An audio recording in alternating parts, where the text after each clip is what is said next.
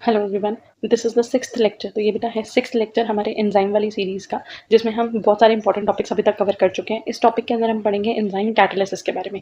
Enzyme catalysis के बेटा बहुत सारे मैकेनिज्म होते हैं, जैसे कि acid base catalysis, covalent catalysis, proximity and orientation, strain and distortion. तो ये सबको हम देखेंगे एक एक करके, और इनको हम फिर थोड़ा सा डिटेल में पढ़ेंगे। तो अगर हम बात करें एंजाइम कैटालिसिस की, सबसे पहले बात करते हैं बेटा इंट्रोडक्शन की।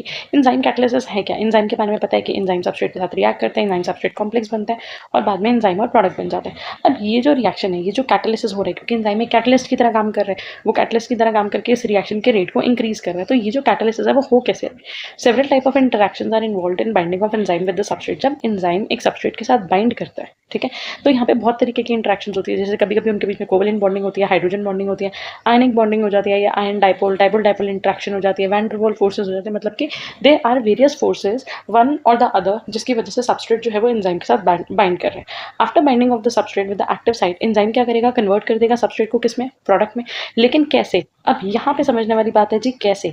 क्योंकि वो अलग अलग कैटालिटिक मैकेनिज्म्स लगा रहा है। दिस मेथड्स आर क्लासिफाइड, जैसे कि acid bases catalysis, covalent catalysis, metal ion catalysis, proximity और ओरिएंटेशन थ्योरी होती है, स्ट्रेन एंड डिस्टोर्शन थ्योरी होती है, ट्रांजिशन स्टेट एनालॉग्स होते हैं। ठीक है, तो इन मैकेनिज्म्स की अगर हम बात करें, एक एंजाइम की जो एफिशिएंसी है ना, वो इन मैकेनिज्म्स की वजह से इंक्रीज हो रही है। The efficiency of enzyme arises from the physical condition at the enzyme catalytic site that advances the biochemical reaction.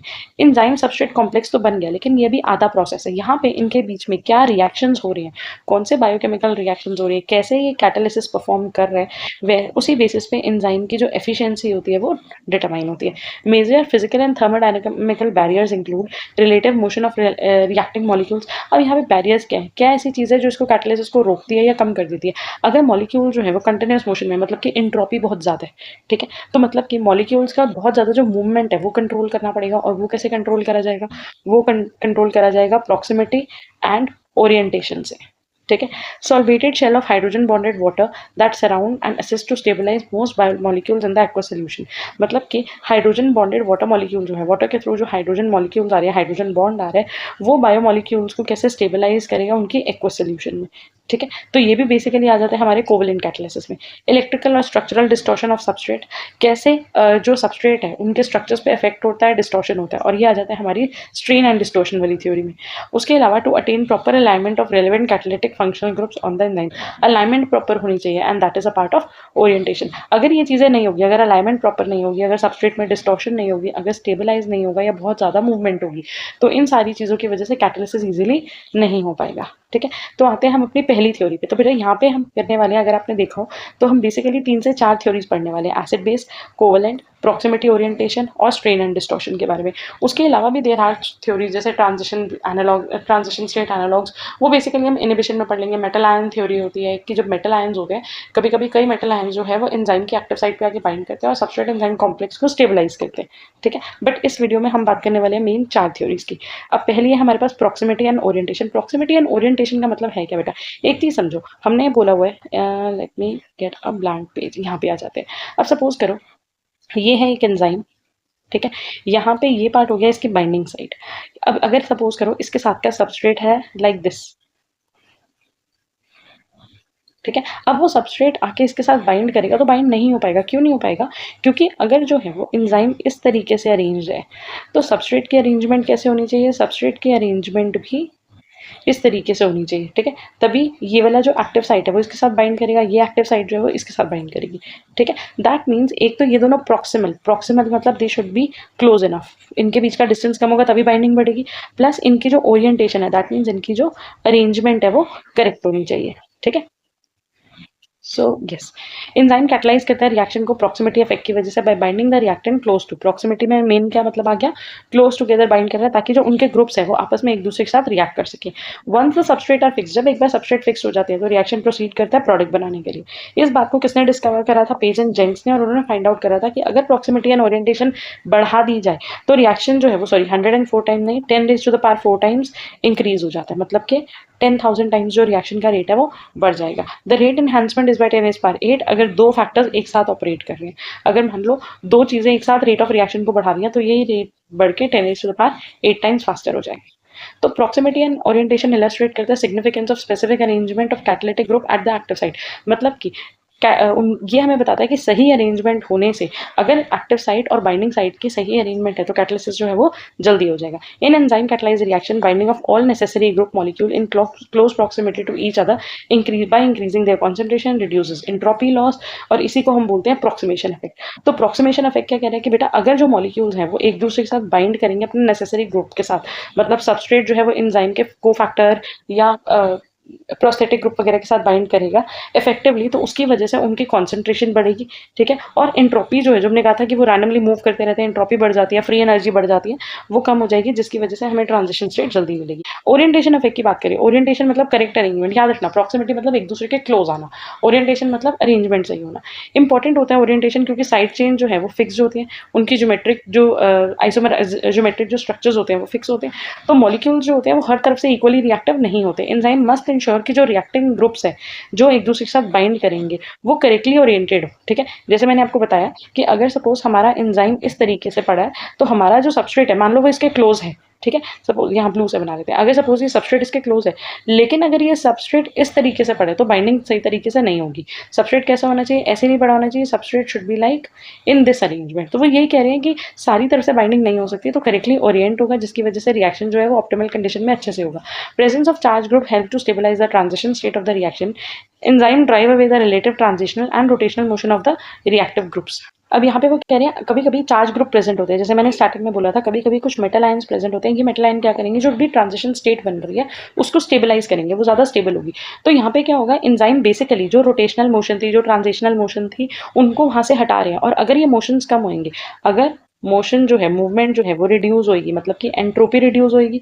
Entropy reduce होने की वजह से एंजाइम सबस्ट्रेट में जो बाइंडिंग है वो और ज़्यादा फ्रीक्वेंटली और इजीली होगी, ठीक है। तो एंट्रोपी रिड्यूस होने से एंजाइम अच्छे से बाइंड करेगा। तो बेसिकली बाइंडिंग एनर्जी का काम क्या है कि एंजाइम को प्रॉपर ओरिएंटेशन में और प्रॉपर अलाइनमेंट में बाइंड करना, ताकि उनके बीच में इफेक्टिव कोलिजन हो सके, जिससे कि ट्रांजिशन स्टेट बढ़े। तो यहाँ पे याद रखना है प्रॉक्सिमिटी होनी चाहिए, ओरिएंटेशन होनी चाहिए, और कुछ चार्ज ग्रुप या मेटल आयंस प्रेजेंट होते हैं जो इस एंजाइम की जो ट्रांजिशन स्टेट जब बनती है, एंजाइम सबस्ट्रेट कॉम्प्लेक्स से वो चेंज होकर ट्रांजिशन फेज में आता है, तो उसको वो स्टेबल करती है। अब यहाँ पे नेक्स्ट इफेक्ट बेटा हमारा हो जाएगा प्रॉक्सिमिटी एंड ओरिएंटेशन का। अगर आपको शॉर्ट लेना हो, क्योंकि वो बहुत लंबा पार्ट था, अगर आपको शॉर्ट में चाहिए आप यहाँ से स्क्रीनशॉट ले सकते हो, ठीक है। नेक्स्ट पे अगर हम आ जाते हैं strain and distortion. Strain and distortion क्या होता है बेटा, ये ना अगर आपने पढ़ा हो induce fit theory, induce fit theory हमने लॉकन की हाइपोथेसिस, इंड्यूस फिट थ्योरी दोनों चीजें पढ़ी थी। सपोज करो एक सेकंड, इंड्यूस फिट थ्योरी क्या बोलती थी, सपोज करो यहाँ पे एक एंजाइम है लाइक दिस, ये एंजाइम के लिए मेरी फेवरेट शेप है, आई थिंक सो। अब यहाँ पे एक एंजाइम है, इसके साथ एक सबस्ट्रेट दिया हुआ है, मान लो इट इज लाइक दिस। तो अब हम सोचेंगे कि ये तो इसकी बाइंडिंग साइड देखो और इसकी एक्टिव साइड देखो, ये तो कॉम्प्लीमेंट्री लग नहीं रही। लेकिन क्या होगा जब ये बाइंड करेंगे, ये एंजाइम है और ये है हमारा सबस्ट्रेट, ठीक है, इस तरीके से। जब ये बाइंड करेंगे, मान लो जो सबस्ट्रेट है वो यहाँ पे आके बाइंड हो गया लाइक दिस, ठीक है, यहाँ पे आके ये वाला पार्ट जो है ना बेटा, एक सेकेंड इसको, ये हो गया सबस्ट्रेट बाइंड। अब क्या होगा जब वो इसके साथ बाइंड करेगा ना, तो आप देखोगे ये जो शेप है ये खुद से चेंज हो रही है थोड़ी सी। इंड्यूस फिट थ्योरी यही बोलता है, इंड्यूस फिट थ्योरी बोलता है, एक तो था लॉकन की बोलता है कि जैसी एक्टिव साइड है बाइंडिंग साइड वैसी होगी, वो दोनों बाइंड कर देंगे। इंड्यूस फिट थ्योरी बोलता है कि जब ये बाइंड हो जाएगा तो कुछ कॉन्फर्मेशनल चेंजेस आएंगे। तो क्या आएंगे, कॉन्फर्मेशनल चेंजेस, मतलब शेप एंड स्ट्रक्चर में चेंजेस आएंगे, जिनसे इनकी बाइंडिंग जो है वो इंक्रीज हो जाएगी। इसका मतलब एंजाइम जो है वो एक स्ट्रेन, एक फोर्स लगा रहा है किसके ऊपर, सबस्ट्रेट के ऊपर, ठीक है। एंजाइम सबस्ट्रेट के ऊपर एक फोर्स लगा रहा है और उसके स्ट्रक्चर को, सबस्ट्रेट के स्ट्रक्चर को डिस्टॉर्ट कर रहा है। डिस्टॉर्ट मतलब होता है खराब कर रहा है, खराब कर रहा है या तोड़ रहा है। उससे क्या होगा, जो उसके पुराने बॉन्ड्स थे, जो ओल्ड बॉन्ड्स है वो ब्रेक होंगे और फिर धीरे धीरे क्या बनेंगे, न्यू बॉन्ड्स बनेंगे। वही तो हम चाहते हैं, क्योंकि न्यू बॉन्ड्स बनेंगे तो आएगी ट्रांजिशन स्टेट और फिर ही फाइनली बनेगा क्या, प्रोडक्ट, ठीक है। तो इंड्यूस फिट थ्योरी बोलता है कि जब ये बाइंड कर जाते हैं तो एंजाइम और सबस्ट्रेट के कॉन्फर्मेशन में कुछ कुछ चेंजेस आते हैं जो इस चीज को, जो इस न्यू बॉन्ड्स को बनने में हेल्प करते हैं, और यही जो चेंजेस होते हैं वो जनरेट करते हैं स्ट्रेन। तो स्ट्रेन जो आया वो कहाँ से आया, वो आया इंड्यूस फिट थ्योरी से, ठीक है, या इंड्यूस फिट हाइपोथेसिस। चलिए तो आ जाते हैं टॉपिक पे। स्ट्रेन एंड डिस्टॉर्शन जो है वो प्रोबेबल मैकेनिज्म हो सकता है। प्रिंसिपल इफेक्ट यहाँ पे क्या है, इंड्यूस बाइंडिंग का, जहाँ पे एंजाइम की affinity to transition state is greater than substrate itself. मतलब एंजाइम जब सबस्ट्रेट के साथ बाइंड कर रहा है तो उसकी कोशिश यही है कि सबस्ट्रेट को ब्रेक करे, न्यू बॉन्ड्स बनाए, ताकि ट्रांजिशन स्टेट बने, क्योंकि ट्रांजिशन स्टेट में एंजाइम ट्रांजिशन स्टेट की बाइंडिंग के साथ ज्यादा स्टेबल है। The structure of the active site is almost but not exactly complementary. यहाँ पे ध्यान रखो, एक्टिव साइट जो है वो ऑलमोस्ट कॉम्प्लीमेंट्री तो है बट एक्जैक्टली कॉम्प्लीमेंट्री नहीं है। एक्टिव साइट सबस्ट्रेट जो है वो रिजिड है. If active site is rigid then in order to bind to the enzyme substrate को थोड़ा सा डिस्टॉर्ट होना पड़ेगा. This induces structural rearrangement and distortion. तो अब सबस्ट्रेट के अंदर चेंजेस आ रहे हैं तो उनके अंदर रीअरेंजमेंट हो रही है, डिस्टॉर्शन हो रही है, स्ट्रेचिंग हो रही है या वीकनिंग हो रही है पुरानी बॉन्ड्स की. स्ट्रक्चरल रीअरेंजमेंट की वजह से सबस्ट्रेट जो है वो चेंज हो रहा है और धीरे धीरे करके वो जो चेंज हो रहा है उस फेज को हमने बोल दिया ट्रांजिशन स्टेट. कैसे? By lowering the energy, activation energy. Strain and distortion effect is more of ground state destabilization effect. ये एक बहुत ही ग्राउंड स्टेट मतलब स्टार्टिंग लेवल का एक इफेक्ट है जो डीस्टेबलाइजेशन कर रहा है rather than transition state stabilization. मतलब देखो हो क्या रहा है, सबस्ट्रेट चेंज होगा. एक सेकंड देखो, यस, सबस्ट्रेट जो है वो चेंज होगा ट्रांजिशन स्टेट में और तभी बनेगा product.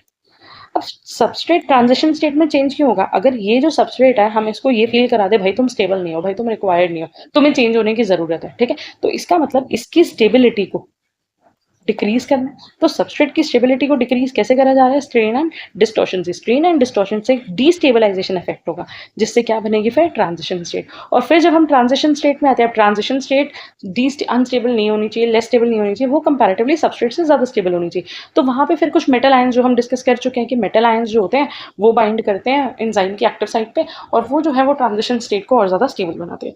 As the enzymes are very flexible they can not apply large strain effect. In addition to substrate bond strain, in addition to substrate, bond strain may also be induced within the enzyme itself to activate residue in the active state. अब यही है कि enzyme जो है वो बहुत ज़्यादा rigid नहीं है, तो एंजाइम पूरे तरीके से सबस्ट्रेट पे स्ट्रेन डालें या उसको डिस्टॉर्ट करें, उसको चेंज करें, पॉसिबल नहीं है. एंजाइम थोड़े से फ्लेक्सिबल होते हैं तो वो स्ट्रेन सबस्ट्रेट पे भी डालते हैं और खुद पे भी. तो इंड्यूस फिट थ्योरी में तो जो थोड़ी सी कॉन्फर्मेशनल या शेप की चेंज आती है वो कुछ अमाउंट तक सबस्ट्रेट में आती है और कुछ अमाउंट तक एंजाइम में आती है, ठीक है. बाइंडिंग एनर्जी, यहाँ पे जो एनर्जी रिलीज हो रही है वो फोर्स जो इनको बाइंड करने में हेल्प कर रहा है. बाइंडिंग एनर्जी जो है वो मेन ड्राइविंग फोर्स है. ये हमने आई थिंक 4th या 5th वीडियो में जब एक्टिवेशन एनर्जी पढ़ा था तब पढ़ा था. It can be used to overcome the transition state barrier for a reaction to take place. The formation of weak bond between enzyme and substrate जो है result in desolvation of the substrate. अब जो substrate जो है वो destabilise हो रहा है उसका एंजाइम के साथ बॉन्ड ज्यादा अच्छा नहीं है जिसकी वजह से सबस्ट्रेट का धीरे धीरे एंजाइम से बॉन्ड ब्रेक होने लग जाएगा. Interaction between enzyme and substrate swap most or all of the hydrogen bond that exist between them. Therefore, these interactions facilitate to compensate thermodynamically for any strain or distortion that substrate may go through to react. The substrate distortion may be electrostatic or structural. इस इतने बड़े paragraph का meaning बस इतना है कि यहाँ पे ना एक बाइंडिंग एनर्जी है. जो बाइंडिंग एनर्जी रिलीज हो रही है ना, ठीक है, जब सबस्ट्रेट जो है वो डीस्टेबलाइज हो रहा है, वो डीस्टेबलाइज होकर किस में चेंज हो रहा है, धीरे धीरे ट्रांजिशन स्टेट में चेंज हो रहा है. जो यहाँ पे बाइंडिंग एनर्जी रिलीज हो रही है वो इस रिएक्शन को थर्मोडायनेमिकली कैरी फॉरवर्ड कर रही है. मतलब इन टर्म्स ऑफ एनर्जी वो रिएक्शन को प्रोसीड होने दे रही है. क्यों? क्योंकि यहाँ पे जो डिस्टॉर्शन हो रही है वहाँ पे वीक बॉन्ड्स ब्रेक हो रहे हैं और सबस्ट्रेट और एंजाइम जो है वो डिसॉल्वेशन ऑफ सबस्ट्रेट हो रहा है. डिसॉल्वेशन ऑफ सबस्ट्रेट मतलब सबस्ट्रेट जो है वो वाटर के साथ बॉन्ड बना के ब्रेक कर रहे हैं. Most of all the hydrogen bond that may exist between substrate and water. तो जो भी एंजाइम और सबस्ट्रेट की जो इंटरेक्शन थी वो धीरे धीरे सबस्ट्रेट एंजाइम के साथ ब्रेक करके हाइड्रोजन बॉन्ड या वाटर के साथ बॉन्डिंग बना रहे हैं. सो अगर आप स्ट्रेन एंड डिस्टॉर्शन में भी देखना चाहो, ये डिसॉल्वेशन एंड बाइंडिंग, वीक बॉन्ड जो होते हैं वो ब्रेक होते हैं जो कि डिस्प्लेस कर रहे हैं वाटर मॉलिक्यूल से. मतलब सबस्ट्रेट जो है वो एंजाइम को छोड़ के किसके साथ बॉन्ड बना रहा है, वाटर मॉलिक्यूल के साथ. प्रोवाइड कर रहा है बाइंडिंग एनर्जी जो कैटलिस्ट को ड्राइव करने में हेल्प कर रही है. ये स्ट्रेन एंड डिस्टॉर्शन का रीजन क्या था? Induced fit. तो आप स्क्रीनशॉट ले सकते हो. और ट्रांजिशन स्टेट अलाइनमेंट जो है वो हम डिस्कस कर चुके हैं कि जो ट्रांजिशन स्टेट बनेगी वो ज़्यादा स्टेबल होगी रादर देन सबस्ट्रेट से. उसके बाद तीसरा और चौथा जो पार्ट है ना बेटा वो ज़्यादा इंपॉर्टेंट माना जाता है, acid bases catalysis. Acid bases catalysis मतलब कि यहाँ पे कुछ तो एसिड या बेस जैसी चीज़ इन्वॉल्व है. एसिड क्या होते हैं? जो प्रोटॉन या हाइड्रोजन आयन रिलीज करते हैं. बेस क्या होते हैं? जो हाइड्रोक्साइड आयन रिलीज करें या फिर हाइड्रोजन आयन को एक्सेप्ट करें. ठीक है, तो अब यहाँ पे क्या हो रहा है? Ionisable functional group of amino acid side chain and prosthetic group. जो एंजाइम है वो प्रोटीन है. प्रोटीन के पास कुछ कुछ अमीनो एसिड्स ऐसे भी होते हैं जो आयोनाइजेबल होते हैं या कुछ प्रोस्थेटिक ग्रुप ऐसे होते हैं जो आयोनाइजेबल होते हैं. वो कभी कभी रिएक्ट करेंगे या तो एसिड की तरह या बेस की तरह. The charge intermediates are stabilized by transfer of proton to or from substrate to intermediate to form a species that readily break down to product. मतलब कि यहाँ पे जो इंटरमीडिएट बन रहा है या तो वो प्रोटॉन रिलीज करेगा, ठीक है, या तो वो प्रोटॉन देगा. किसको देगा? सबस्ट्रेट को. या सबस्ट्रेट से प्रोटॉन लेगा. तो या तो वो प्रोटॉन दे रहा है या ले रहा है. किससे? सबस्ट्रेट से, जिससे धीरे धीरे करके इंटरमीडिएट का बॉन्ड भी ब्रेक हो रहा है और इंटरमीडिएट फाइनली किसमें चेंज हो रहा है? प्रोडक्ट में. For non enzymatic reaction the transfer of proton can either involve the constituent of only water or other weak protein. तो बेसिकली क्या होता है कि कभी कभी अब अगर यहाँ पे एंजाइम है तो एंजाइम के केस में जो प्रोटॉन डोनेट करने का काम कौन करेगा? वो अमीनो एसिड, जो भी अमीनो एसिड है उनकी साइड चेन्स के थ्रू हो सकता है मैक्सिमम केसेस में. लेकिन जब एंजाइम नहीं प्रेजेंट होता तब क्या होता है? ज़्यादातर ये वाटर से प्रोटॉन लेते हैं या वाटर को प्रोटॉन देते हैं, ठीक है। So acid catalyzes the reaction by donating the proton, और बेसिस क्या करेंगे, एक्सेप्ट करते हैं प्रोटॉन। एसिड बेसिस कैटालिसिस को हम बेसिकली दो में कैटेगराइज कर सकते हैं, स्पेसिफिक और जनरल। स्पेसिफिक के अंदर क्या हो रहा है कि यहाँ पे जो हाइड्रोजन आयन या हाइड्रोक्साइड आयन्स जो है वो कहाँ से आ रहे हैं, वो आ रहे हैं बेसिकली मेनली सिर्फ और सिर्फ सॉल्वेंट मॉलिक्यूल से, मतलब कि मेनली वाटर से। अब हो क्या है, या तो ये प्रोटॉन जो दे रहे हैं या प्रोटॉन रिलीज कर रहे हैं वो मेनली कहाँ से आ रहा है, उसका सोर्स क्या है बेटा, वाटर, या उसकी साइट क्या है, वाटर। लेकिन अगर यही प्रोटॉन का जो एक्सचेंज है, प्रोटॉन का जो ट्रांसफर है, अगर वो हो रहा है by other classes of molecules, मान लो जो प्रोटॉन है वो किसी XYZ मॉलिक्यूल को मिला, या जो प्रोटॉन डोनेट करा गया वो किसी XYZ मॉलिक्यूल ने करे, जैसे NADPH हो गया, FADH हो गया, ठीक है, तो उस केस में वो हो जाएगा जनरल एसिड बेसिस कैटालिसिस, ठीक है। Specific acid bases catalysis means कि जो H+ है या OH है, catalysis by acid or base in solution is said to be specific when catalysis is carried out due to ions from the solvent मतलब water. The rate of reaction is susceptible to changes by the concentration of H+ or hydronium ion, but it is independent of all the concentration of other acid in the solution or at active site। मतलब कि यहाँ पे जो rate of reaction है, अगर hydrogen ion की concentration बढ़ेगी या कम होगी उससे तो वो रेट ऑफ रिएक्शन पे इफेक्ट होगा, लेकिन अगर उसी मीडियम में और कोई एसिड्स भी प्रेजेंट है तो उससे रिएक्शन के रेट पे इफेक्ट नहीं होगा। जनरल एसिड बेसिस कैटालिसिस के अंदर क्या होता है, रेट ऑफ रिएक्शन जो है वो चेंज होगा, जितने भी एसिड या बेस, अगर उस मीडियम के अंदर और कोई एसिड या बेस प्रेजेंट है तो वो रेट ऑफ रिएक्शन को अफेक्ट करेंगे। क्यों? क्योंकि यहाँ पे जो प्रोटॉन ट्रांसफर हो रहा है वो अदर मॉलिक्यूल्स के थ्रू हो रहा है, ठीक है। तो बेसिकली हमने एसिड बेसिस कैटालिसिस के ब्रॉड मेन टू, देखो जो हमारी कोर्स बुक है उसके हिसाब से ये, वरना कई बुक्स में there are nearly 4 types of acid bases catalysis, but अभी we are giving it a quick look and a superficial. If you want, अगर इनमें से किसी का भी आपको डिटेल बहुत मैकेनिज्म या स्पेसिफिक चाहिए, you can put that in the comment section, will be doing that, okay. तो यहाँ पे अगर हम आए वीक ऑर्गेनिक एसिड, अगर मान लो वीक ऑर्गेनिक एसिड्स है, ठीक है, जैसे कि एसिटिक एसिड हो गया, कैन सप्लीमेंट वाटर एज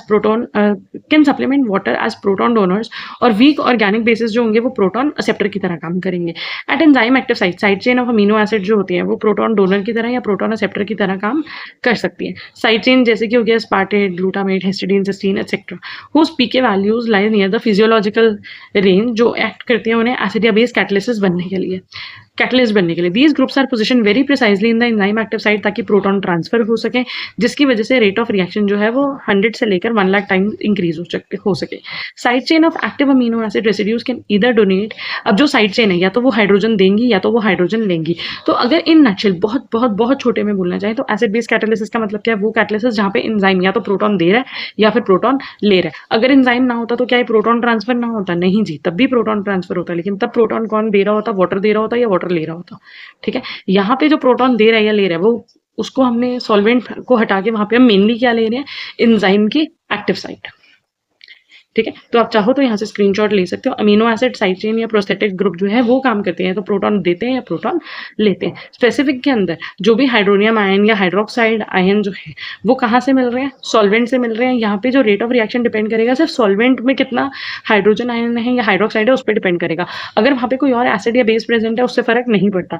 लेकिन जनरल एसिड बेसिस कैटालिसिस में जो बाकी एसिड या बेस है उनसे रेट ऑफ रिएक्शन पे फर्क पड़ता है, रेट ऑफ रिएक्शन चेंज होता है। और क्योंकि यहाँ पे जो प्रोटॉन है वो सॉल्वेंट से नहीं मिल रहा, नॉन सॉल्वेंट मॉलिक्यूल से मिल रहा, ठीक है जी।